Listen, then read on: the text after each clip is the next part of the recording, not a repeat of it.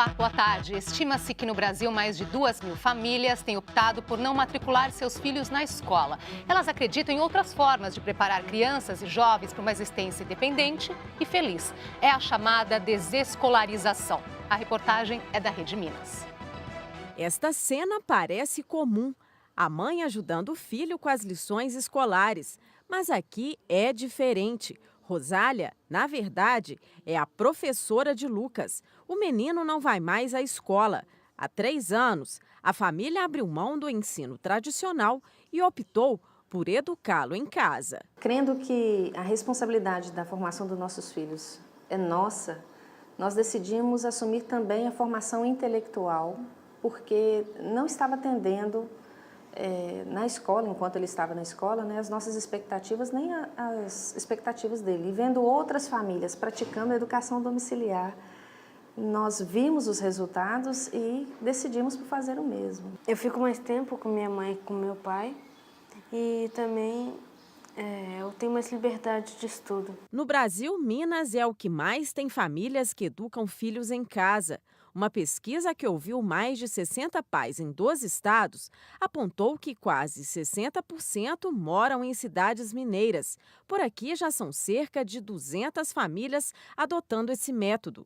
A escola é um espaço onde a criança convive com o diferente, com aquelas pessoas que têm valores diferentes da sua família e aprende a lidar com as divergências, com as contradições. Rosália defende que a socialização do filho não é prejudicada por ele não frequentar uma escola. Porque socializar é aprender a viver em sociedade. Se ele vai comigo na padaria e aprende como relacionar com a atendente, como ir a um correio, como ir a um banco e relacionar com essas pessoas, ele está socializando.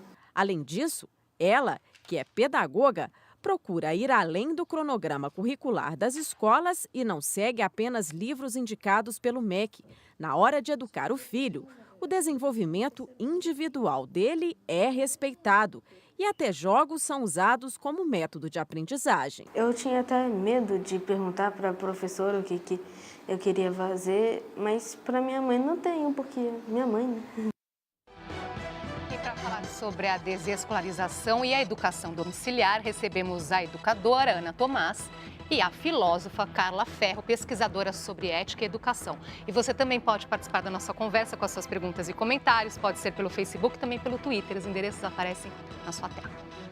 Boa tarde, obrigada por ter aceitado o nosso convite. Boa tarde. Vocês estudam o assunto há muito tempo, conhecem várias outras famílias que fizeram essa opção, mas eu queria começar essa conversa de hoje com a história particular de vocês, né? As duas têm filhos que vocês fizeram a opção de não matriculá-los na escola tradicional. Como é que foi, Ana? Por que você tomou essa decisão? A princípio não foi uma decisão minha. O meu filho, hoje ele tem 23 anos, quando ele tinha 13, ele decidiu que ele não iria mais à escola. E não é uma decisão para uma criança, né? Então eu fui mais perto, fui ver, comecei a frequentar mais a escola. Como educadora também, eu comecei a ter mais esse olhar. E eu vi, para minha surpresa, porque era uma criança que não tinha problemas de relacionamento, não tinha problemas de aprendizagem, não estava querendo fugir da escola, era outra coisa que estava acontecendo. E eu vi que era um menino que estava saturado. Ele dizia, eu não tenho tempo para nada. Como não tem tempo, né? Tem a tarde inteira livre. Não, eu não tenho tempo. E eu fui vendo que era uma saturação geral. Então, as crianças, elas apresentam uma saturação quando elas estão deprimidas e elas apresentam uma saturação quando elas estão ansiosas. E aí eu fiz uma proposta para ele. Então, é o seguinte, você quer sair da escola? E eu estou te vendo saturado. E ele dizia assim, tem algo dentro de mim que eu sei que vai surgir se eu tiver tempo, né? Falei, então, nada de TV, nada de videogame, nada de internet por 1 ano. Você aceita? Claro que eu queria que ele dissesse não, né? E ele falou, aceito. E aí, a gente experimentou como uma experiência mesmo, o tempo todo falando, olha, se não der certo para nós dois, volta para a escola, mas vamos ficar atento a isso, a esse espaço vazio que você está querendo. E aí ele ficou, esse primeiro ano, sem TV, sem videogame, sem computador. Aí eu entendi a diferença entre tédio e contemplação. ele começou a entrar em estado de contemplação. Quer dizer, no seu caso, foi algo que partiu dele. Então, Foi mãe, algo eu que quero partiu sair da dele. escola, não quero mais frequentar a É escola. claro que se partiu dele é porque já tinha um ambiente Sim. que sustentava isso, mas partiu dele. Carla, e no seu caso? Então, quando a gente acompanha uma criança desde muito cedo, desde bebê, a gente não tem nenhuma dúvida que a criança aprende o tempo inteiro e não para nunca de aprender, né? Então, quando chega o momento de escolarizar a criança, a gente acaba se perguntando por que aquele processo que já está em curso desde sempre, ele precisa então ser direcionado, conduzido, né, de uma certa forma e com certos objetivos já determinados, que é uma forma, né, que de repente eu tive essa sensação, é uma forma de interromper o que já está acontecendo e ainda com aquela impressão de que alguma coisa vai começar. Então, a aprendizagem então vai começar, a educação vai começar, como se antes disso não tivesse acontecido nada. E, no entanto, a gente acompanha e vê que aconteceu e que continua acontecendo. Então, esse estranhamento, ele não tem a ver com o fato de a escola ser ruim ou daquilo ser uma situação a evitar, mas talvez não necessária muitas vezes. Então, acho que comigo o que aconteceu foi essa sensação de não haver necessidade disso, o que não quer dizer uma certeza de que isso é ruim de forma alguma, mas é como se na vida não coubesse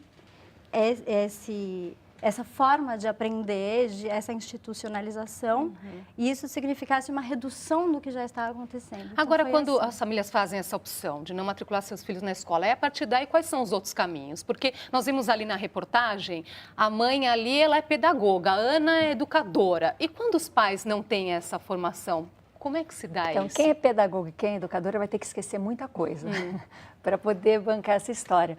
O que a gente conhece, quando eu tive essa experiência lá no início, que eu fui pesquisar, eu conheci o homeschooling, que seria trazer a escola para dentro de casa. Mas como a gente já veio disso, que já tinha uma saturação, ele precisava de espaço vazio, a gente não optou por isso. O unschooling, que eu também conheci via práticas nos Estados Unidos, né, eu conheci assim à distância por pesquisa, seria um espaço para criação.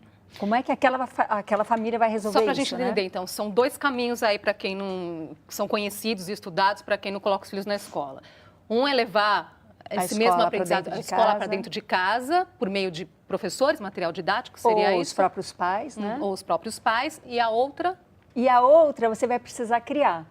O interessante é que muitos que começam com homeschooling começam a ver que não tem sentido, porque é isso que a Carla falou, a aprendizagem já está ali acontecendo. Então, parece que você tem algo que interrompe, algo que satura, né?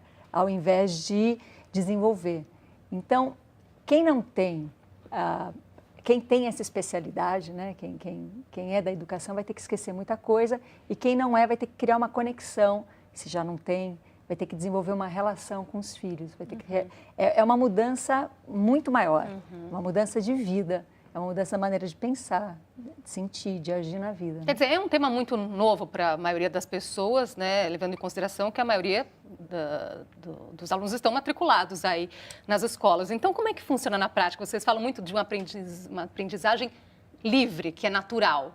É possível dar um exemplo na prática, no dia a dia? Como é que funciona isso, Carla? Você me fez pensar num diálogo que eu presenciei de uma criança com uma pessoa que não ia à escola, né? Com uma pessoa que perguntava como é a vida de uma criança que não vai à escola.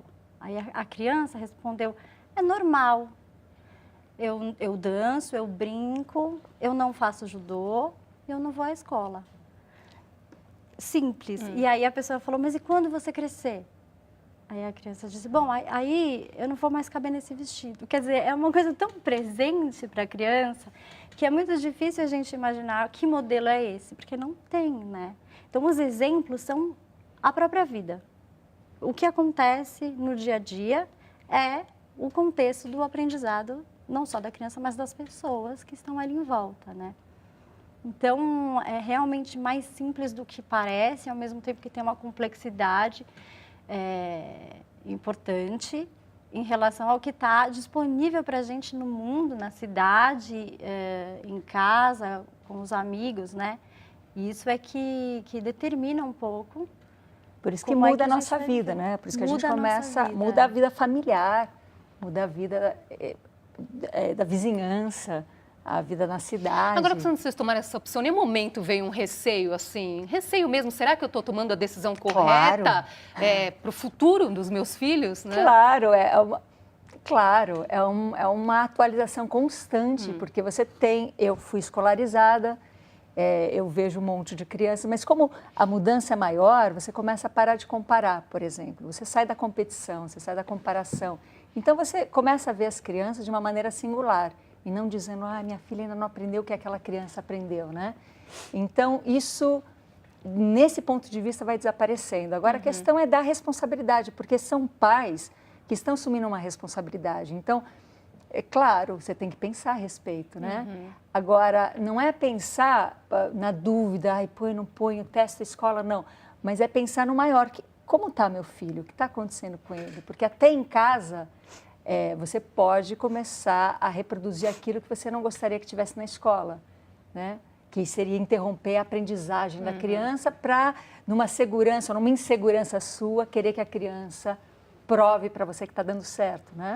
Agora, o que dizem as nossas leis a esse respeito, né? Porque a Lei de Diretrizes e Bases da Nossa Educação diz que toda criança precisa ser matriculada na escola a partir dos 4 anos de idade. Então, é uma responsabilidade dos pais colocar as crianças na escola. E aí? Quando os pais decidem por não fazer isso?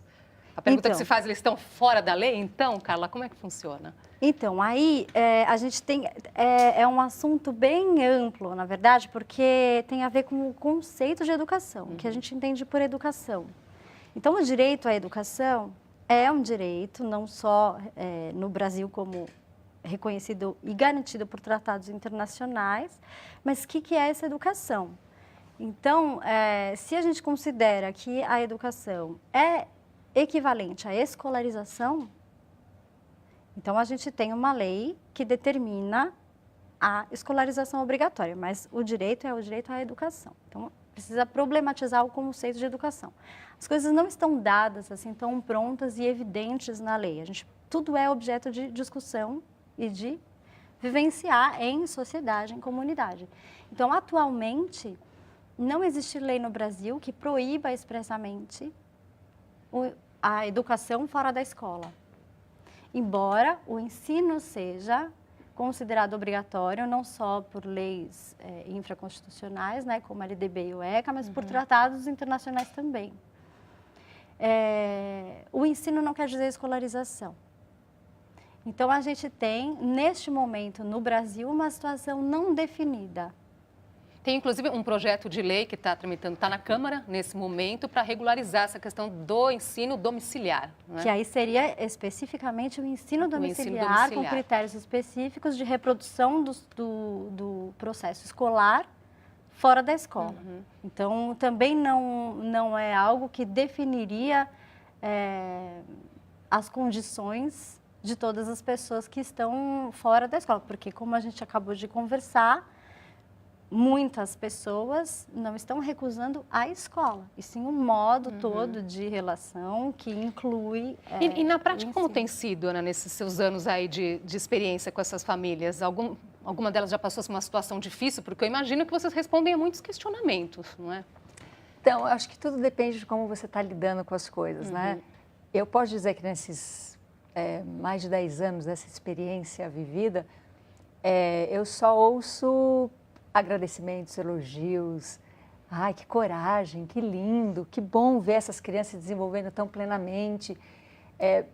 Desmistifica, ver que não está gerando uma bolha em volta da criança, não está tirando a criança do convívio. Agora, você frequentou a escola. O que a escola te trouxe? Que você tem alguma coisa lá na escola que você diria assim, então, a criança, o que ela perde quando não vai para a escola? Ela não perde nada. A melhor coisa da escola são as pessoas. E as pessoas estão em todos os lugares, então ela não perde nada. O que eu sinto é que, como todo mundo, como a gente conhece, todo mundo foi à escola, o mais rico da nossa experiência é poder compartilhar como é que a gente vê crianças não institucionalizadas.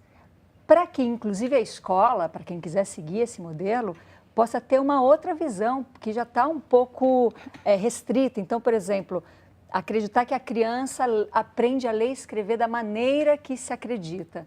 Eu vivo com muitas crianças que não vão à escola e eu vejo que cada uma aprende num tempo diferente, num ritmo diferente, de uma maneira diferente e todas a mesma coisa. Fluidez na leitura, prazer em ler, uma necessidade de, inclusive, compartilhar essa leitura, ao invés da minha época de escola, que eu via que eu tinha medo de ler em voz alta, né? Agora, o que a gente vê, assim, das pessoas que defendem a escola, né, e questionam o fato das crianças não irem para a escola, é a importância de ter contato com o diferente no sentido de valores diferentes daqueles que a própria família acredita. É uma preocupação essa, Carla?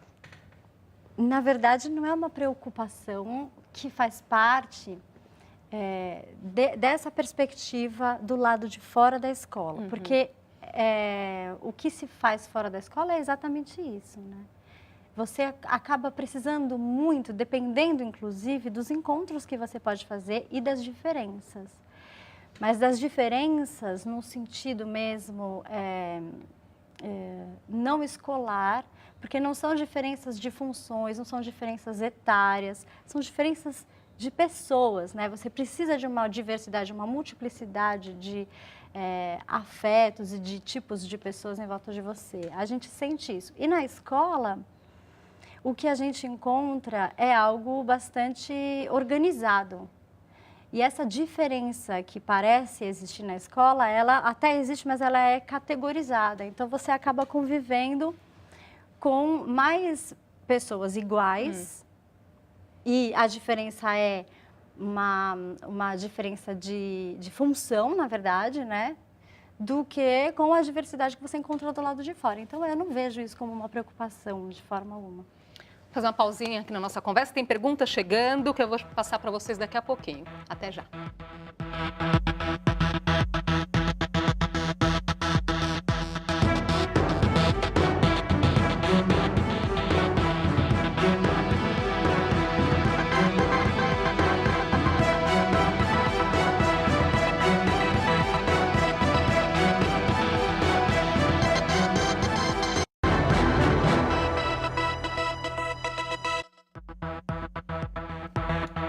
Já estamos de volta com o JC Debate. Já conversamos sobre a desescolarização, quando os pais optam por educar os filhos fora das escolas tradicionais. Com a gente, a educadora Ana Tomás, mãe de 3 filhos desescolarizados, e a filósofa Carla Ferro, pesquisadora sobre ética e educação.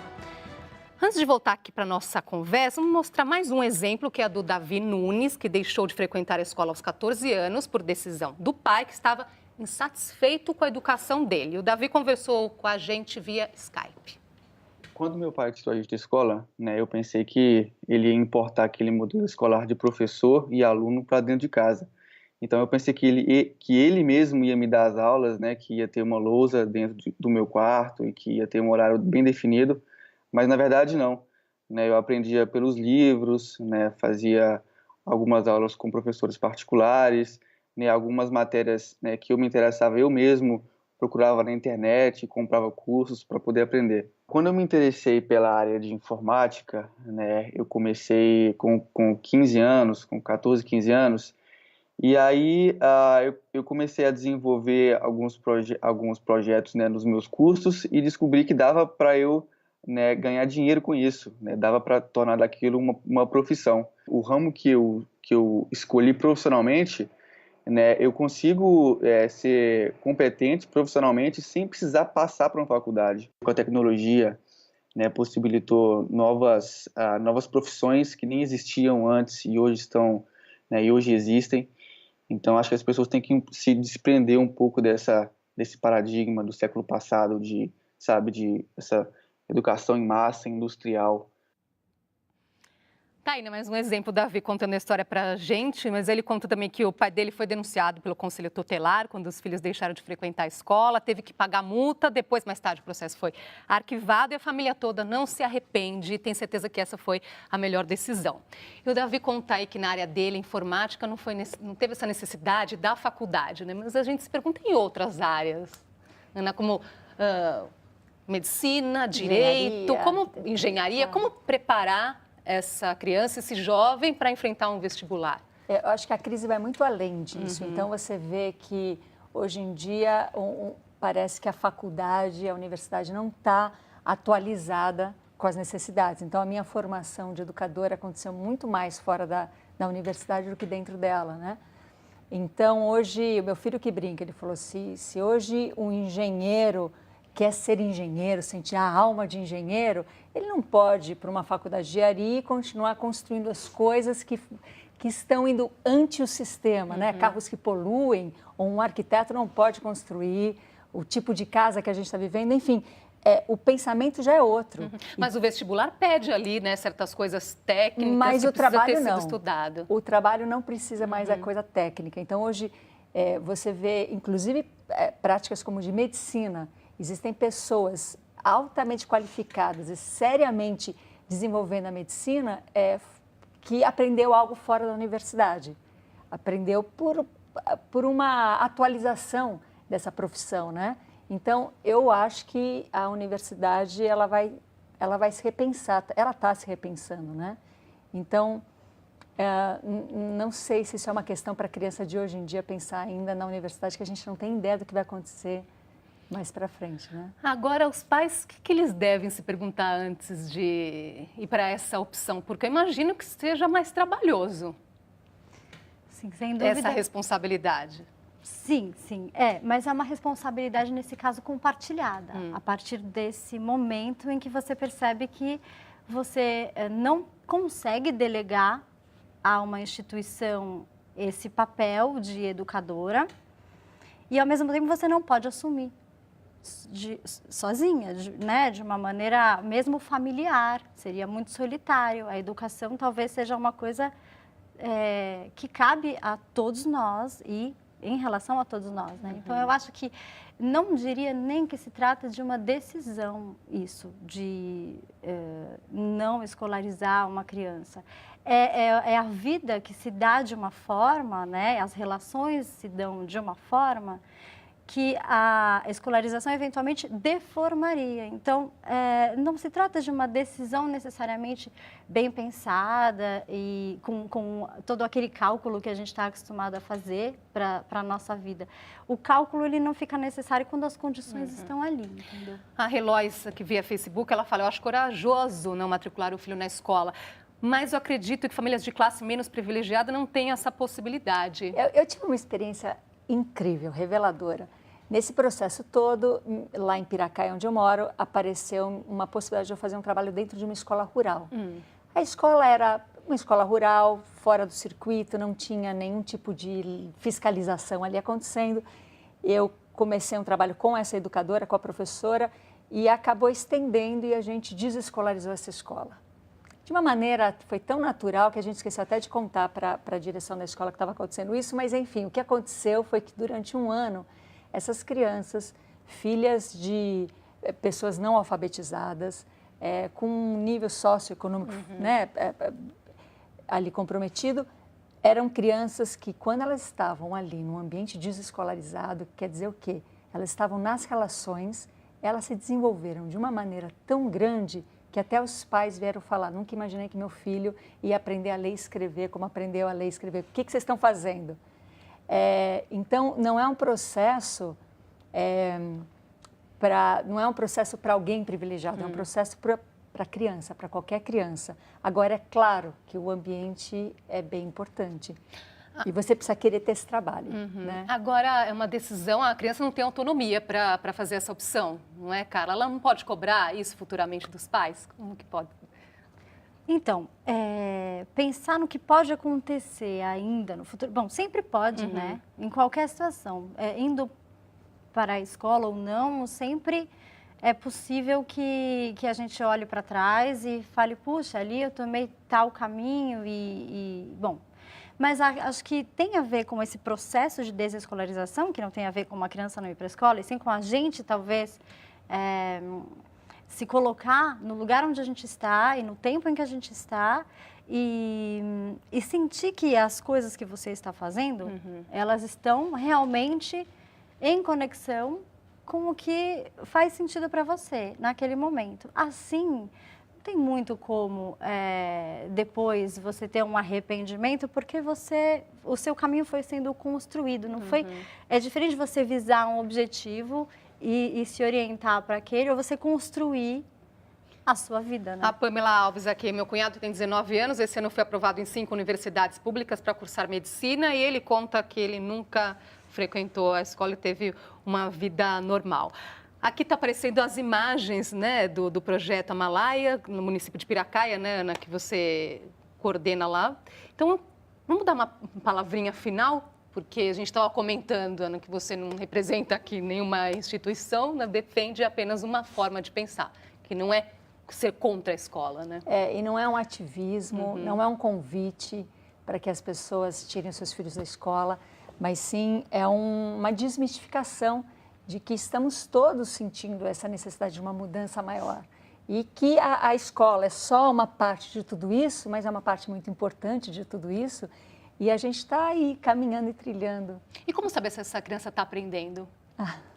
Não existe como não aprender, né? A gente pode se perguntar se a criança está aprendendo o que a gente espera que ela aprenda,